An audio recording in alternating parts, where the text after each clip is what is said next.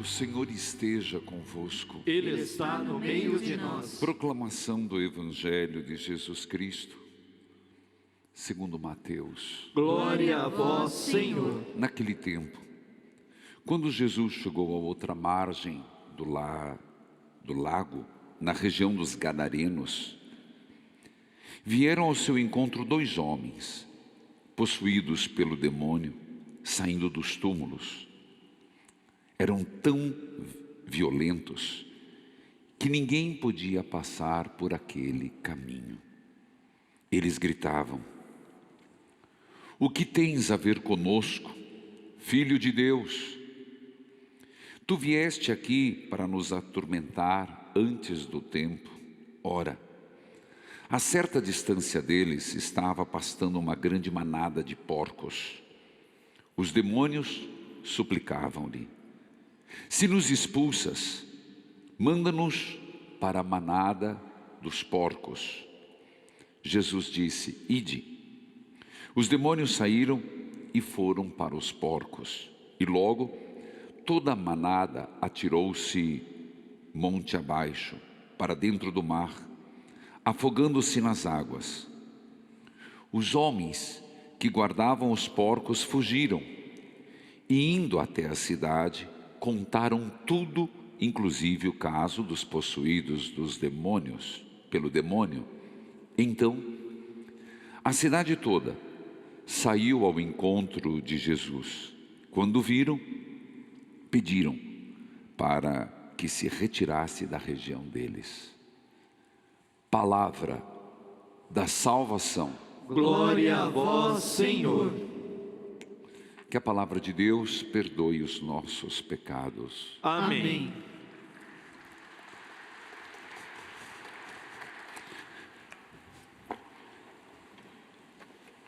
Nesse dia 30 de junho, mês que nós dedicamos inteiro de oração e súplica ao Sagrado Coração de Jesus, nós podemos dizer que aprendemos muito. Neste mês, a celebração das 24 horas, que aconteceu no final de semana. E com certeza, olhando para o coração de Jesus, mas um olhar de quem admira e procura viver os seus valores, tenho certeza que muitos de nós percebemos os apelos de Deus em nossa vida. Ele que disse: "Aprendam de mim."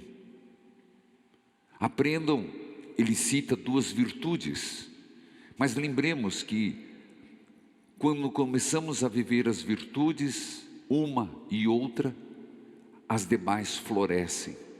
O mesmo também se dá com o pecado. Então acredito que tenha muita gente podendo dizer hoje: obrigado, Sagrado Coração de Jesus, por ter do seu coração feito sair um manancial de bênçãos, de graças.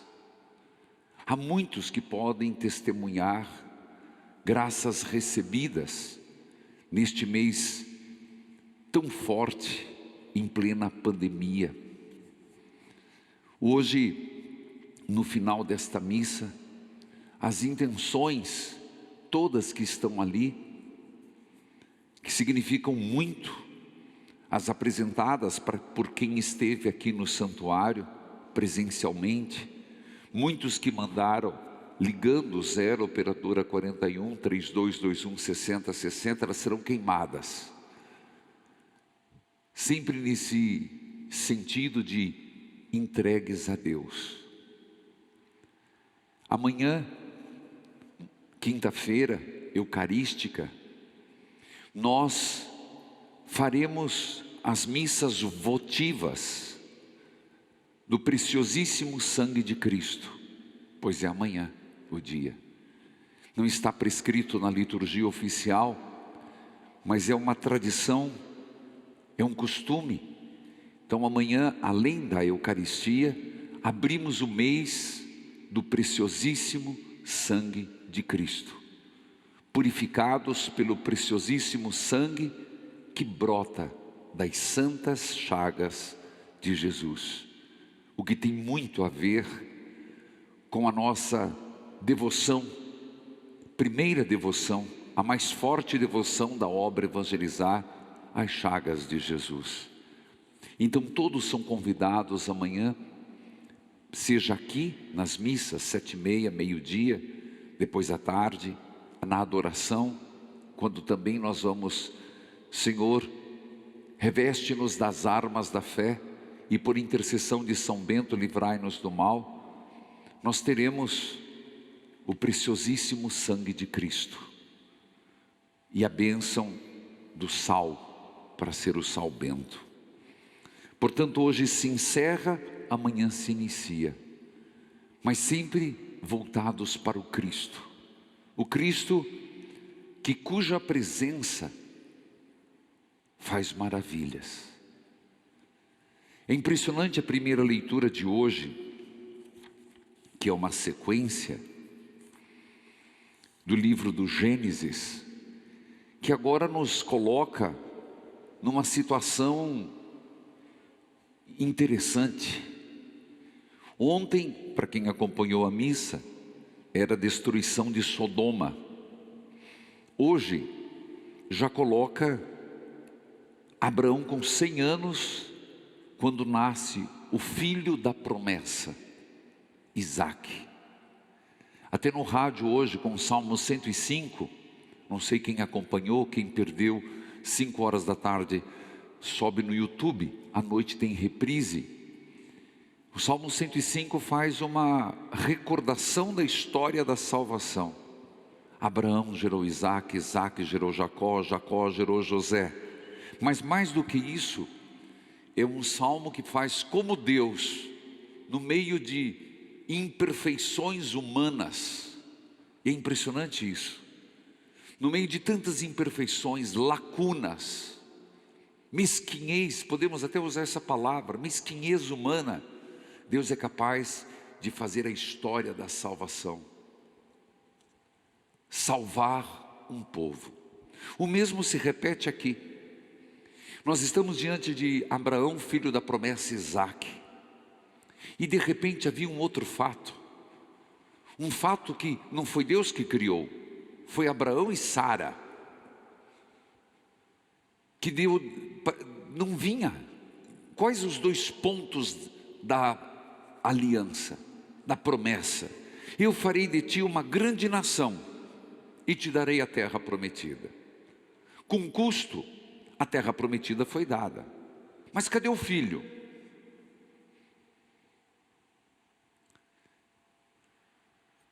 De alguma forma, por mais de Abraão ser o homem da fé, ele teve momentos que foi um processo, a fé foi se confirmando. Não é assim, às vezes a gente pensa que a fé nos faz fazer tudo certo. Não. Abraão, o pai da fé, mas ele foi um processo de descoberta de Deus, da mesma forma que eu e você, meus irmãos. Um processo de maturidade, um processo de rever os valores, rever os pontos. Chegou um momento na vida que Abraão chegou a apresentar, se não me engano, Eliezer para ser o que iria sucedê-lo. Deus disse: não, Senhor, eu prometi, eu cumprirei. Mas a impressão, aquilo que a gente fala, está demorando, Deus, está demorando. Eu rezo, fiz os 30 dias com Nossa Senhora, fiz o ano passado, fiz esse ano, fiz agora o Sagrado Coração de Jesus, faço novena, rezo o texto, não vem, mas que coisa. Abraão e Sara toma uma iniciativa. Já que eu não posso te dar um filho, dorme com a minha escrava, Agar. E veio a criança. E Abraão chegou a pensar que era criança. Foi quando ele foi corrigido por Deus. E Deus disse: não, senhor, não se trata disso. Não é isso que eu pensei para você. Mas a criança estava lá. E veio Isaac. De novo vou falar. O que é o ser humano? O ser humano é fraco. Deus é muito paciente. Deus é muito misericordioso. Porque depois que nasceu Isaac, o que aconteceu? Sara ficou enciumada. Ficou enciumada do filho que Abraão teve com a escrava, Agar. Veja. E começou a fazer fusquinha. Começou a criar intriga. E começou a judiar da escrava. Você vai falar: mas padre, isso está na Bíblia. Está na Bíblia. Está na Bíblia até para mostrar que é tudo um processo. A história da salvação é feita por Deus, às vezes até diante de fraquezas humanas. Por exemplo, nós estamos vivendo uma pandemia que vai ficar na história. Deus abençoe, há de passar e está passando. Mas no meio de todo esse reboliço, no futuro nós vamos ver coisas boas. Lá na frente, nós vamos ver que Deus, no meio de toda essa desgraceira, coisas boas aconteceram. Já é possível observar, mas não é sobre isso que eu quero falar. Mas é impressionante que Sara diz: manda ela embora, manda esse menino embora. E aqui Abraão obedece, até Deus interferiu, mas não para morrer. O que é impressionante no deserto é que Agar tinha pouca comida e ela percebeu que ia morrer. É impressionante perceber no texto que nem Agar rezou. Agar não rezou para Deus, ela não queria ver o filho morrer. Quem gritava era o menino. E o texto fala que Deus ouviu a voz, o salmo de um infeliz. Deus ouviu a voz de um inocente. Isso é importante perceber. Deus escuta a voz dos inocentes. Deus escuta o grito, o pedido de socorro. Deus não fica distante. E lá nessa, volto a dizer, que coisa feia ali no meio da família, né? Era comum, não é nosso tempo não, mas era comum ter várias esposas. Temos que lembrar que nós estamos falando de uma tradição do Oriente. Ainda não tinha chegado a monogamia. Era comum, mas que feio perceber de mandar embora, mandar para o deserto. Só que até aí, Deus é misericordioso. E Deus conserta o que o homem estragou. Deus acode os inocentes quando os homens não estão sendo justos. E o que acontece? Deus não só salva Agar e o filho, como faz dele uma grande descendência.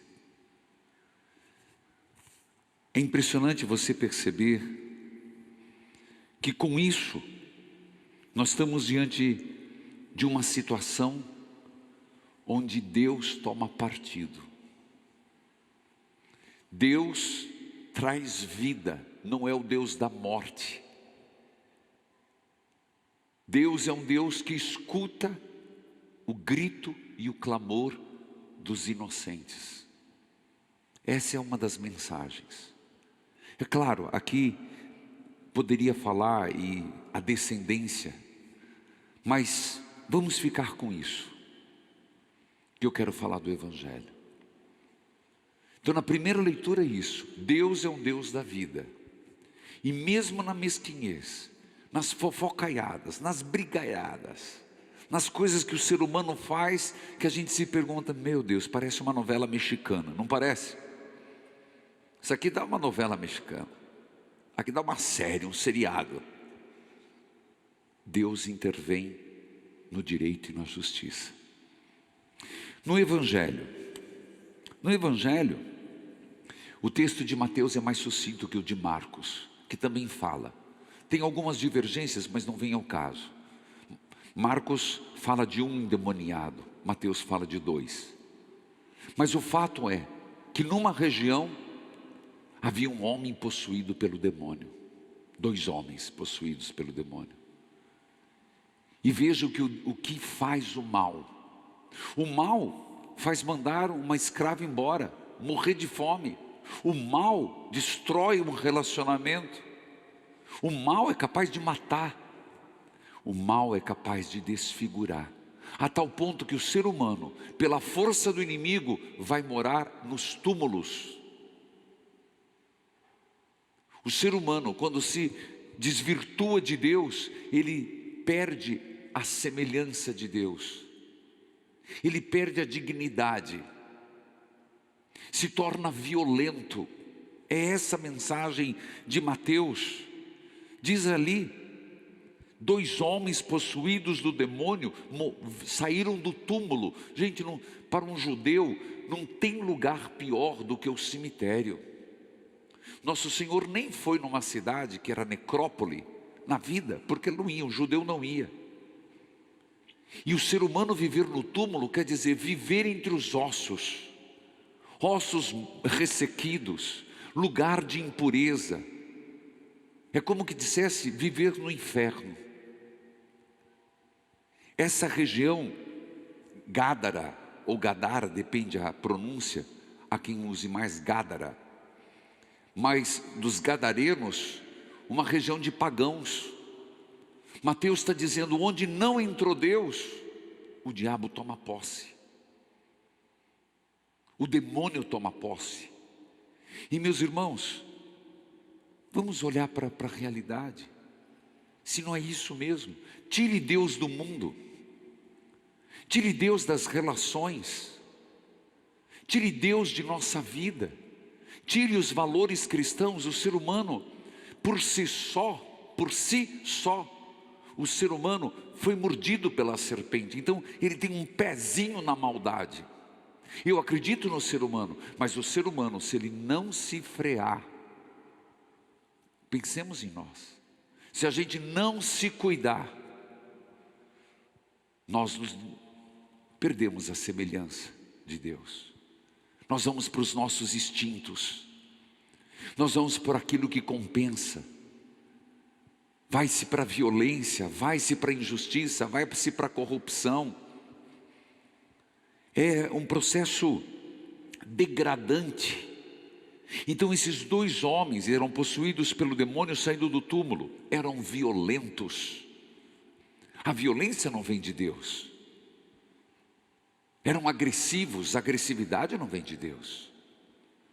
Eram homens que colocavam os outros em risco. A guerra não vem de Deus. A matança não vem de Deus. A injustiça não vem de Deus. Tanto que olha a primeira leitura.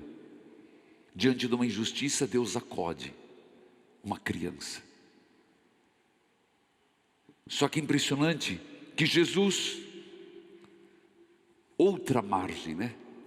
Você já está acostumado com essa expressão, tenho explicado sempre. Outra situação. O Senhor desce e incomoda. A presença de Jesus incomoda. Porque lembre, tudo que eu falei nas 24 horas, incisivamente. Lembra do evangelho de domingo? De Jesus saiu uma força que a todos curava. Inclusive a mulher com hemorragia. Inclusive que ela dizia, se eu tocar eu ficarei curada. Então a presença de Jesus, é Deus, incomodava as autoridades, incomodava as injustiças, incomoda os demônios. A presença de Jesus, ela mexe, ela transforma. Jesus não falou nada e já saíram gritando, o que tens a ver conosco, filho de Deus. Ora, uma cidade de pagãos. Mas esses dois homens, possuídos do demônio, na boca deles vem a identidade de Jesus. Não é pasmo, não é de ficar pasmo isso? Sabemos qual vai ser a reação da comunidade, da cidade inteira. Mas daqueles que estavam possuídos pelo mal, o diabo sabe quem é Deus. E não se mete com Deus. Nos usa para atingir Deus. Mas o que tem a ver conosco, Filho de Deus? Viestes aqui para nos atormentar antes do tempo. Que antes do tempo? A ressurreição final de Jesus. Aí é o tempo perfeito. Aí na cruz e na ressurreição o demônio foi amarrado. Foi vencido totalmente. Ora, lá perto havia uma manada de porcos. Marcos vai dizer que eram 2.000 porcos. Mateus não diz a quantidade. Mas lembremos que judeu não come porco. Jamais. Nós sempre eu vou para a catequese. Nós só comemos por causa daquela visão de Pedro na cidade de Jope, quando ele teve em Atos dos Apóstolos a visão. Então, por terem porcos na região, significava que eles eram pagãos, e uma região onde predominava o Império Romano. E eles pedem, vamos aos porcos. Jesus vai, e eles se precipitaram. Por que a cidade não aceitou Jesus? Por quê? Eles foram e contaram. Teve os 2 homens foram libertos. Mas olha, os 2.000 porcos morreram. Din-din. Era o negócio deles. Eles matavam e abatiam para o império. Eles tinham, como é que fala? Porcos é porcícola? Não, isso aí é outra coisa. Chiqueiro. Mas eles tinham uma criação de porcos enorme. Então os porcos morreram. O que era melhor para eles? Aceitar Jesus Cristo, mas perderam dinheiro. Toda a criação foi morta, todos se atiraram ao mar. Não, vai embora. Nós não vamos mexer aqui não. Nós vamos perder a nossa condição. Nós vamos perder a nossa criação de porcos. Vai embora. Olha que contraste. Duas vidas salvas. 2 homens regenerados. 2 homens libertados. 2 homens exorcizados. 2 pessoas que irão sair do túmulo. Mas quando mexe no dinheiro, não. Vai. Deixa, tá bom do jeito que está. Do jeito que está que exclui, do jeito que está que leva as pessoas a essa situação, meus irmãos. De novo, não é assim? Lá Deus foi cuidar de Ismael, o menino. Aqui Deus foi cuidar de 2 endemoniados. Não é assim no mundo? Às vezes, quando nos toca em alguma coisinha supérflua na nossa vida, a gente aceita a mudança. Mas quando a exigência do Evangelho toca em algo mais radical, mais crucial, mais exigente, mais comprometedor, chega, não, tá bom assim, eu prefiro ficar desse jeito. Portanto, de que lado nós vamos estar? Vamos aceitar que o Senhor mande que os nossos porcos para o mar? Vamos aceitar ter, entre aspas, perdas para ganhos?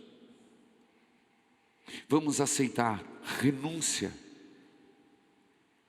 Ou vamos pedir: Senhor, deixa do jeito que está. Filhos queridos,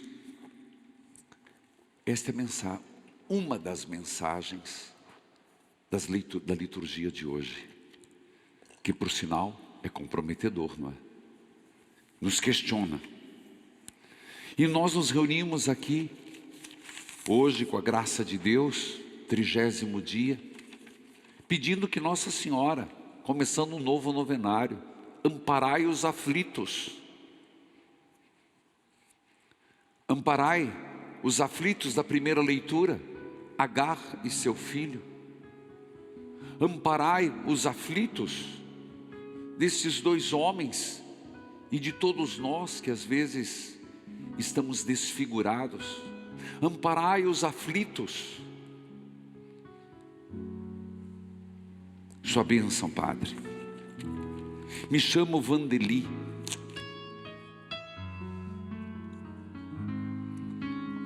Em 2011, no momento de desespero, tentei tirar a minha própria vida. Nossa. Atravessando a rodovia de olhos fechados. Que loucura, desculpa. Nesta hora, uma moça muito linda me ajudou e me disse muitas coisas, dentre elas que eu guardei a frase: você acha que tem problemas a ponto de tirar a própria vida? Quando conheci seu trabalho, em 2012, lembrei das palavras da moça e comecei a entender muitas coisas da minha vida. Comecei então a participar dos eventos da obra Evangelizar. Até hoje sou associada. Em uma missa, o Senhor pregou sobre as dores de Maria. E aquele sermão eu percebi que Maria estava na minha vida. E nas minhas dores, Maria me ajudava. Maria, o Senhor cantava, me ajudou a viver. Maria me ajudou a sofrer.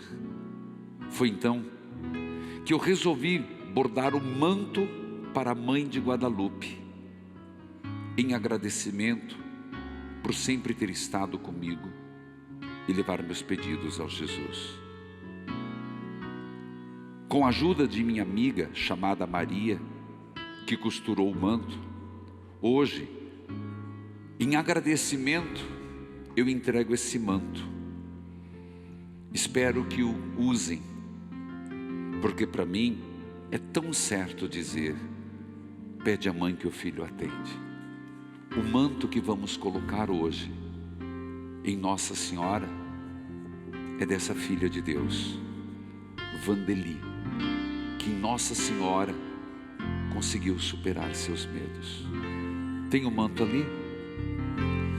É no final que se mostra, mas eu não podia deixar de mostrar. Vem, filha, vem, sem resbaldo. É esse, não é? Segura aqui, minha filha. Ela recebeu a graça. É assim, né? Padre desajeitado. E esse é o manto que ela bordou, de uma graça recebida de Nossa Senhora. Uma salva de palmas à mãe. Obrigado. Louvando a Maria, minha mãe, a ela o eterno obrigado eu direi.